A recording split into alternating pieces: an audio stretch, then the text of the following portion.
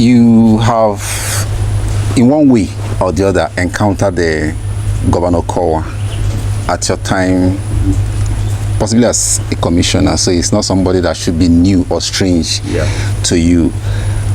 What do you make of his administration?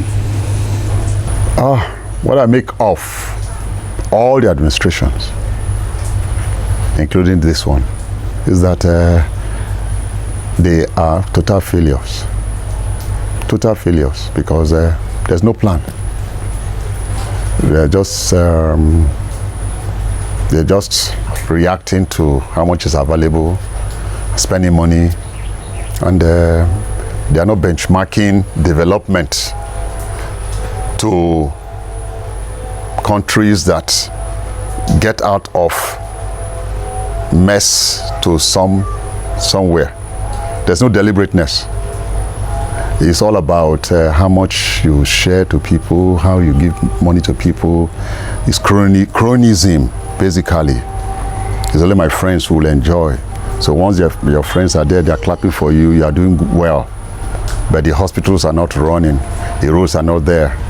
The infrastructure, the industrialization, to industrialize the state, no effort, there's no power.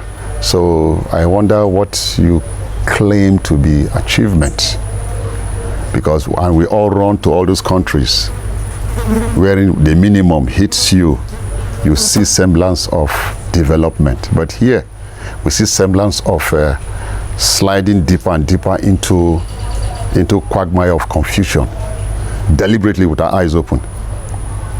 Deliberately with our eyes open. So I'm not going to single him out. I'm just going to single out that over the years, Delta State has been very unfortunate that we are not applying the resources that come in, match it with the human capital that is available to process us to become an enviable place to come into. I can tell you point blank that one of the governors, I told him that this is what we can do. This is what we can do. I travel all over the world and I tell them that if you do this, if you do this, if you do that, and they are very simple processes, but nobody seems to want to listen to me. I say, okay, let's take it sector by sector. Can we talk about agriculture? They will not understand. They think that by giving fertilizers to people, because it's a total thing. Can we talk about industry? They don't even know the interface between what government is supposed to do to kickstart the industrial revolution. For example, we have an industrial park here that we inherited from Delta State. It's been abandoned, and somebody has even rented the place to Fulani herdsmen to go and reside there, threatening those who have industries there. I have an industry there, and so many other people. So nobody bothered to say fence off the place, put power there, and make it more enabling for people to bring in their industry. And we're talking about industrialization. You know, we build an airport. Okay, airport for what? To bring in people for pleasure or for business. So the airport is a growth pole, the industrial park is a growth pole. When you go to the east of China, where you have the coasts, it's all industries, because they process, they produce and export. Delta State is so positioned for all that. But I have never seen any government that has been deliberate to understand what needs to be done. And what needs to be done is not difficult at all. It's not difficult at all. So for me, if the government thinks that by employing civil servants and by employing aides, and that is development, that is the most stupid thing you can imagine, because you are disempowering people. But one industrialist, we have one in Nigeria called Dangote, can employ thousands of people. One, employing more than maybe half of the country, can engage with his simple ideas. And all he does is to negotiate with the government to create an enabling environment for his ideas to make a landfall.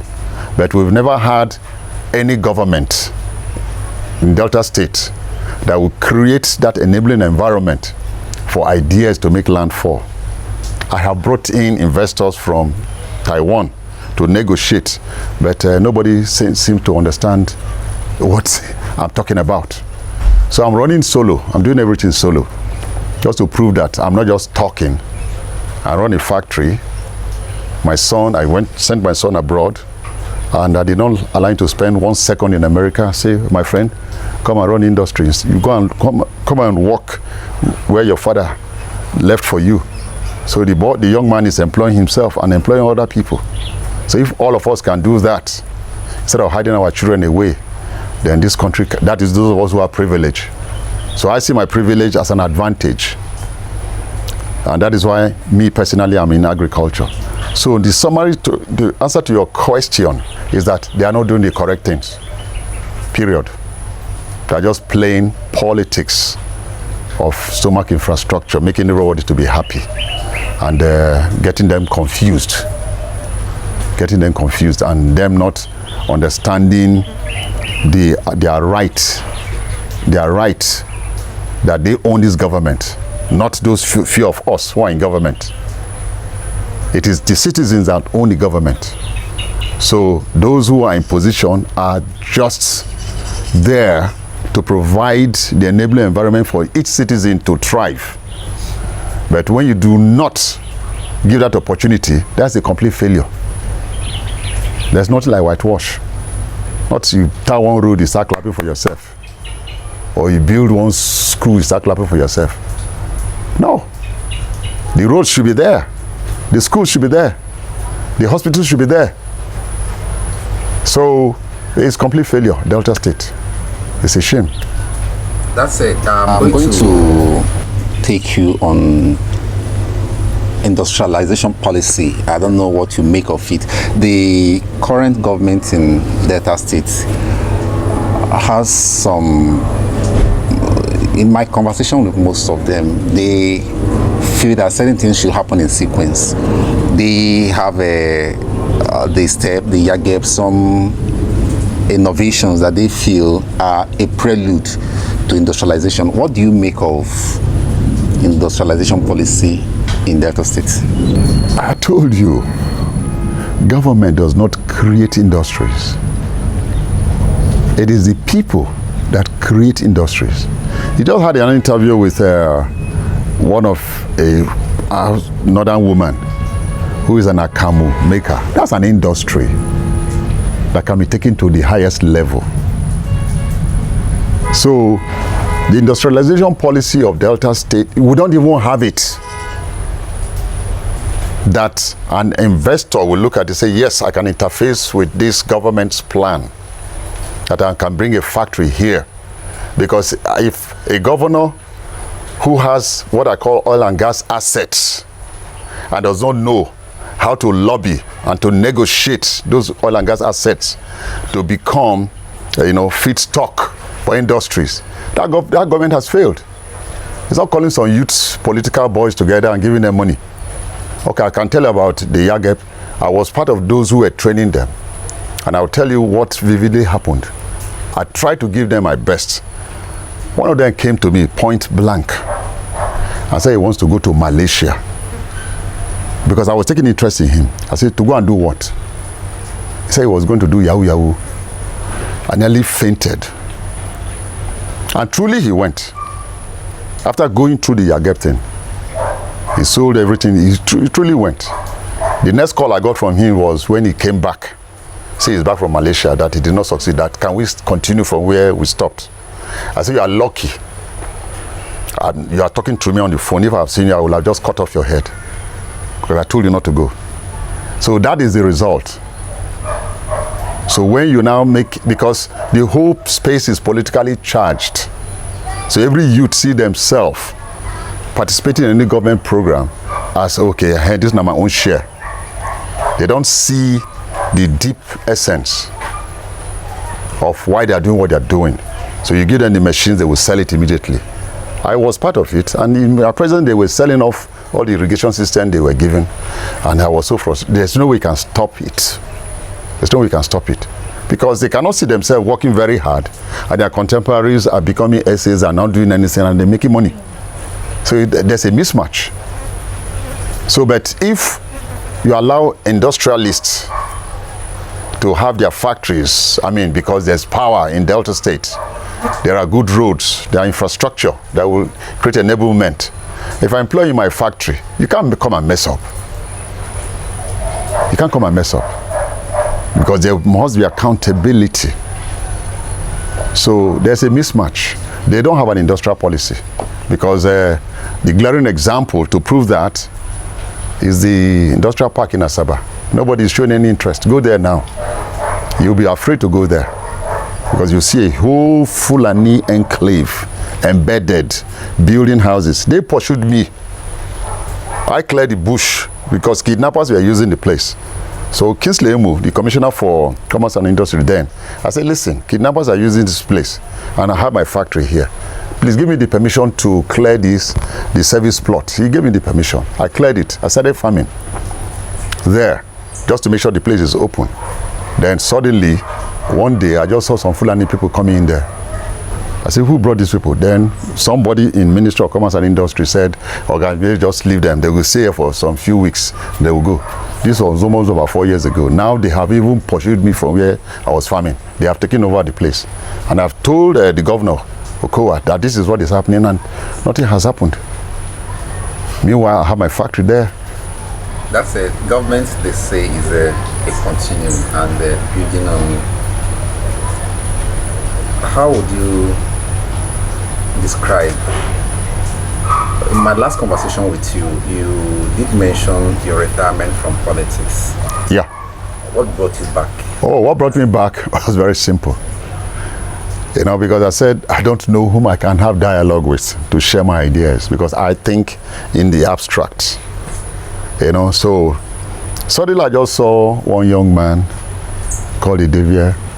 Somebody just sent me his manifesto. I said, what? So some people are thinking like this. I said, wait a minute. I said, I think I can work with this kind of person.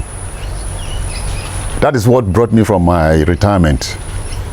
I said, hey, my friend, I think I like your idea that you want to industrialize the state, you want to modernize the state. I said, wait a minute, this is good. This is fresh breath of air.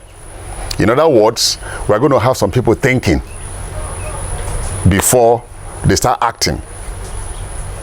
That is, before you get into government, you've already laid out a plan.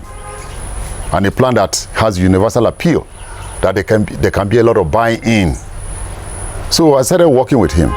But you know the politics of partisan politics, which really, really irritates me. I don't have patience for it. You know, that, okay, he cannot be the candidate. Then another person can be the candidate. I say, well. So his manifesto, not David himself, his ideas connected with my own ideas. I've had, even when I was in the military, that this country can be better off.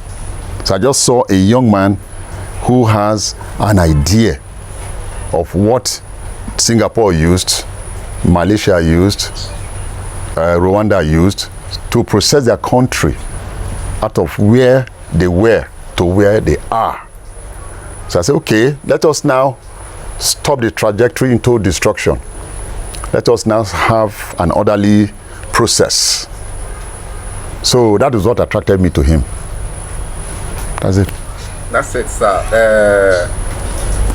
You are a member of DUG, obviously, DUG, Delta Unity Group, which, if my impression is sounding correct, you agreed to remain in PDP, the People's Democratic Party. Yeah. The David that attracted you to... The David's program. Ideas, right. Yes. That attracted you to PDP is officially not the candidate of the PDP. And most of you, if not all of you as a group, have decided to remain in PDP. Yeah. What do you make of plausible negotiations that entails? There are other candidates in other political parties. You have Chief Kenneth Wagi in SDP. You have Senator Vyomo Agege in APC. And it is expected that your group will be negotiating as a group. Okay. Where do you stand if they decide to throw their weight behind the PDP gubernatorial candidate, Honorable Francis Oborowori? Oh no, come on. I will not be part of that negotiation. I will not be part of that. If they have to negotiate with Sheriff, no. Because I don't see him as somebody who has what I call mental capacity. You know, to understand running government based on principles, ideas that will attract people from all over the world. So I'm not playing politics here. Yes, I'm in PDP in quotes, but it's not sacrosanct that I have to be there. But if the DUG group, which I belong, starts negotiating to say they want to, okay, we're all in PDP, let us, okay, vote PDP, let us vote Sheriff. No, I will not.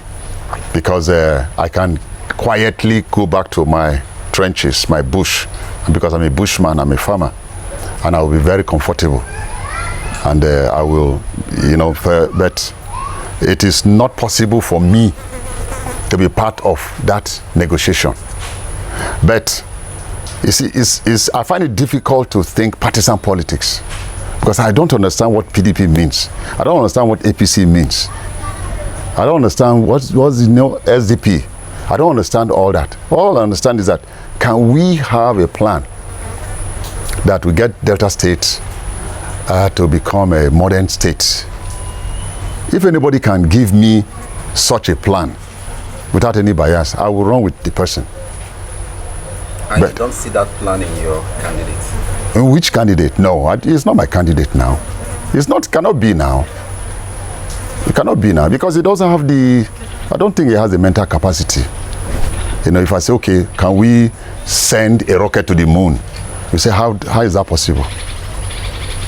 Because that's how I think. Or can we build a rail track in Delta State in 6 months? It will be rocket science to all of them. Or can we make sure that all the schools, all our children, all the hospitals, are well equipped, so that we can have medical tourism here? Can we ensure that all the ports are revived and we get money to make sure that international investors come with us? I mean, that's the level I'm talking with. Can we go and talk with additional, the president of African Development Bank, because this is the plan. Can we convert all the gas flares to power plants and to build industrial park?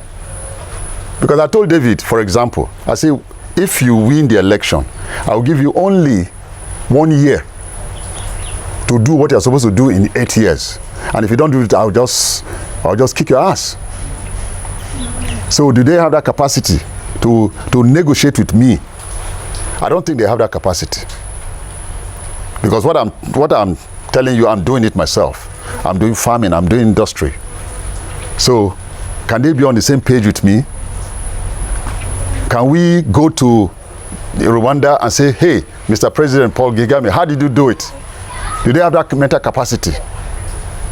Or can we go to China and negotiate with the Chinese? I went to Taiwan and negotiated with the Taiwanese 2004. I met the person, one of the living legends who developed Taiwan. He was 84 years old. I met him and he told me what he did. I said, wow, this is very simple. And I came back and I wrote a report. Nobody sent me, by the way. Nobody sent me. I say, Governor James, this is what we can do. But they don't understand my language. So I'm completely different. So if I am discussing with any one of them, please just get your partisan politics out of the way and let us see how we can make this state a modern state. But if you have that capacity, you come to me. I'm not going to come to you. That's the truth.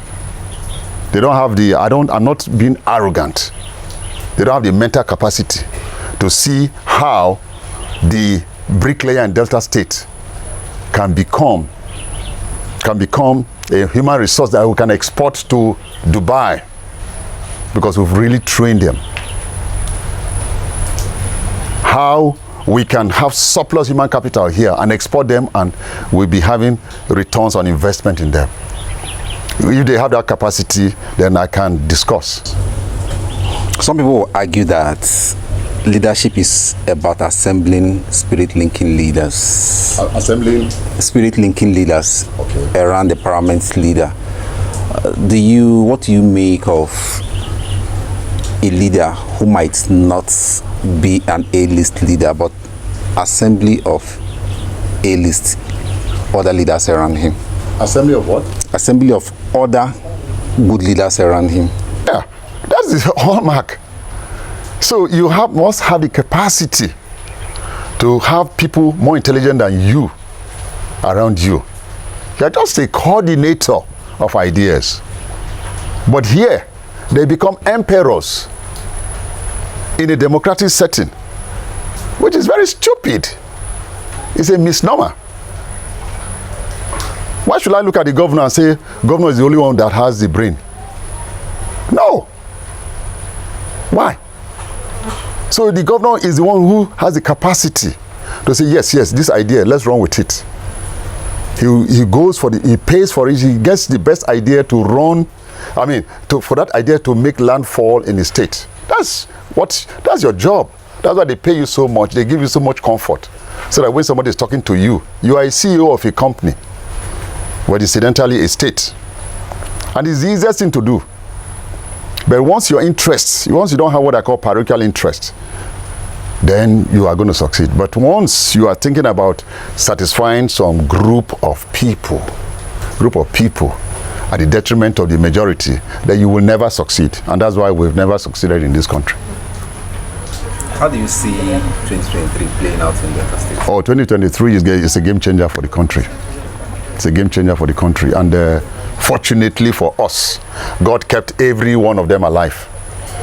That is, every one of them, those who messed up the country, because each of them who are that's presidential now, for example, that is those who you can trace directly, each of them, how they were part and parcel of the mess. So except you are a fool,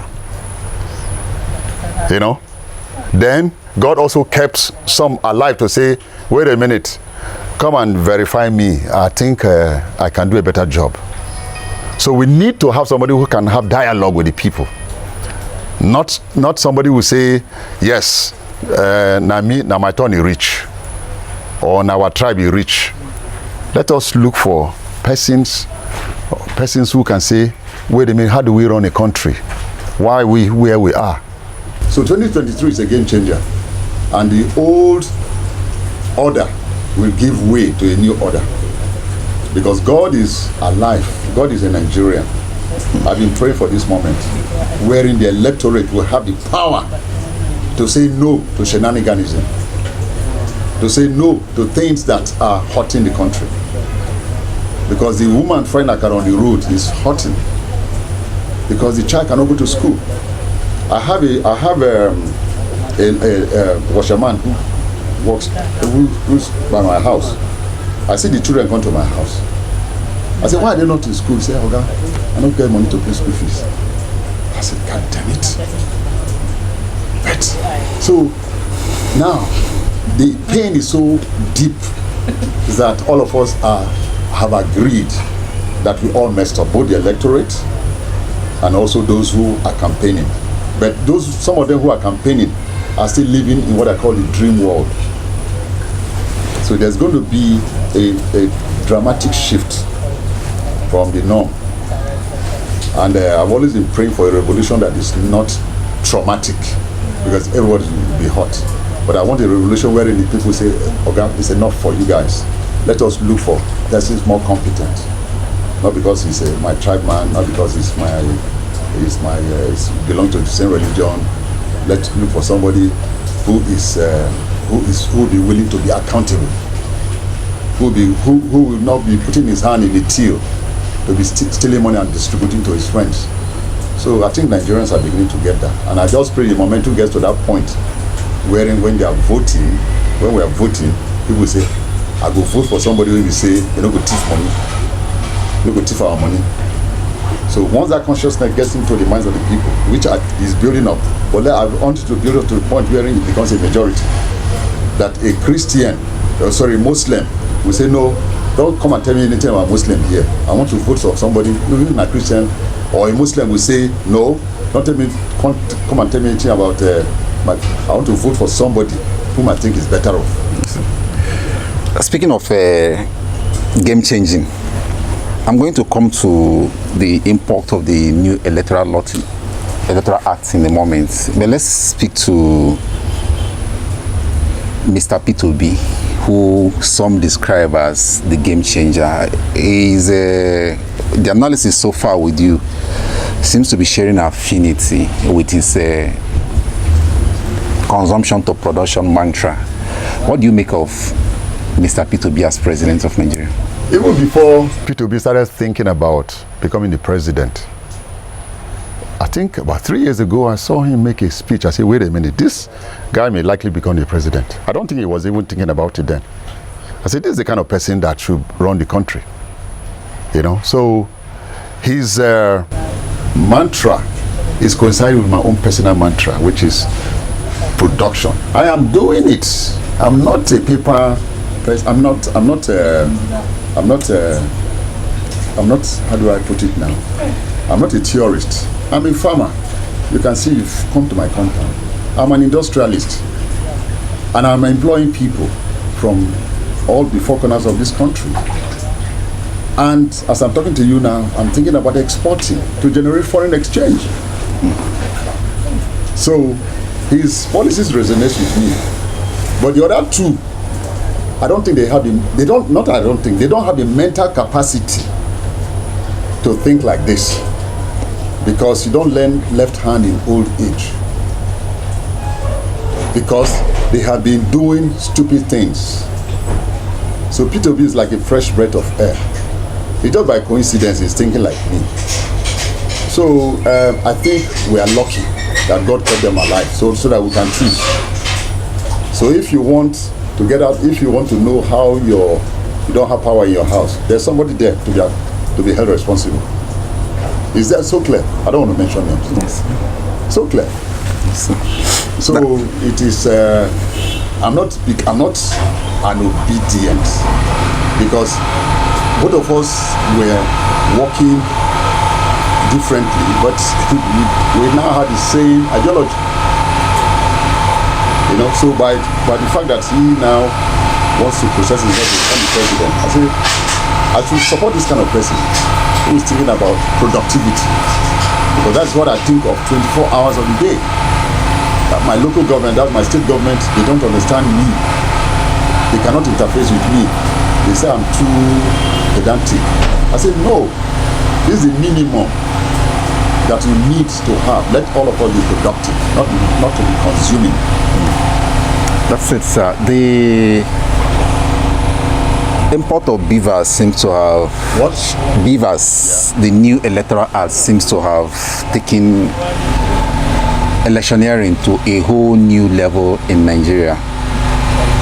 How do you see the conventional mantra of 5/5, like we see it in Delta State, playing 5/5, PDP all the way, APC all the way, like we have it? How do you see 2023 playing out at the polls? Yes. In Delta State, it is not going to be 5/5 for both parties, because there are some in APC who will not vote for Tinubu, and there are some in PDP who will not vote for Atiku. Because that's what I'm telling you, the consciousness is building up for the individuals to make the right choice, which will be good for all of us. So it's not going to be 5/5. It's not because I'm a member of APC, then I will vote everything from up to down. No. Even at the local level, you find out that somebody, maybe that person going for House of Assembly, even if it's APC, I don't like him, I will vote for another person. That's what is going to happen. There's going to be disruptions, a lot of disruptions, which is positive. And once that kind of disruptions start having traction, then democracy will begin to make landfall. Then it begins to become so cheap to run a democracy. But right now, they are fueling democratic process with illicit funds. And that is why people are finding it difficult to make informed choices. But people are beginning to say, now our money will bring, I'll go chop them. But we will vote where our mind tell us. So we just pray that we get to a point wherein we have that confidence. We have that confidence. There's a voting electorate to say, oh God, you be thief before. You cannot come and represent us. Because that is public service. That is why when you win an election, and if you are clean, they give you a title and you are an honorable person. Wow, you are an honorable person. Then why should you process a thief to become an honorable person? Somebody who just left prison, or somebody who has dodgy characters. No, that's not fair now. So let the people, because we know each other now. We know each other. But when you now railroad, because you have very powerful forces who are manipulating the process, saying now this person must be. Come on, that is not fair. But people are beginning to resist. So it's not going to be 5 over 5 like that. People are just going to vote, hopefully, according to what they feel is good for them. Right, sir. As I draw the drones back home for one stop time, having seen all you've seen, knowing all you know now, what do you make of a politician? What are your ideal designation or description of an effective politician? And what will an ideal Delta State be for you, considering all we have? Yeah. First of all, who is a politician? A politician is a public servant in the first place. Look that word, servant, public. Why should a servant become a master? Why should a servant become a master? When I was in politics, I was so afraid of the least person in my local government. What do you want? What do you want? What do we do? Okay, we want this, we want that, we want that. I was so afraid of the least person in my local government. I was not afraid of the elites. So if what we have right now are opportunists, they are not politicians, they are not people doing public service using that position. So they're just opportunists. So I think that's my straightforward answer. They're just opportunists. Then what's the next question, the last question? How would your view about Delta State? Delta State? Oh my God. Delta State should have been a country. Because I told James Ibori one time, say, let's declare the Republic of Delta State. He was shocked. He was saying, what do you mean by that? See, you want to, I said, no, my excellency, we could develop this place, sharp. But nobody listened to me. If they had listened to me, I had my plans, very simple plans. So Delta State has not optimized its talents, because this is a state that can, if we optimize the human and natural resources together, oh boy, people will be looking for visa to come here. So we have not optimized this Delta State, and we are rather pushing it further down the abyss of destruction by playing politics of cronyism, that if you are not with me, then too bad for you, you go suffer. All the money now we will hold them, we not go let you see them, only we go chop them. So we are not applying the resources to build a robust medical health system. We're not using the resources to build infrastructure like roads, railroads. We're not encouraging industrialists to come in with their ideas to come and set up shop here. We're not coordinating with the federal government to allow us to have the oil and gas asset for it to become an advantage to us. We're not allowing all that to happen. So Delta State, to me, is a total failure. We have not done what we need to do because we are playing politics 24 hours. Even after winning an election, they keep on playing politics. that you did not vote for me, so I'm going to make sure you suffer. Maybe your local government suffer, maybe your town will suffer because you did not vote for me. So it's politics of hatred that is all over the atmosphere, and nothing thrives in an atmosphere of hate. There's no love amongst us here. But luckily for us, the Deltans are lovable characters. But the kind of government we have are the ones that are trying to divide us, make us to think that I'm a Yoruba person, this was a Bokwani person. When I was growing up, I did not even know where I came from. I did not even know where I came from, you know. So I just knew that that's my village. Okay, what does that mean? It never meant anything to me. I was a free person. But we've made Delta State to become too tribalistic because of the kind of politics we are playing. And the players, they know themselves. They engineered us so that they can be on top, so that they can become emperors. But emperors, these are emperors are called emperors on with clay feet. All you need to do is just to pour water on their feet, they will collapse. Because they are giants, but they are standing on clay feet. Once the people rise, because incidentally the people are close to their feet. So the people will just pour water on their feet and they will just collapse. So that's what's going to happen 2023. So giants will fall.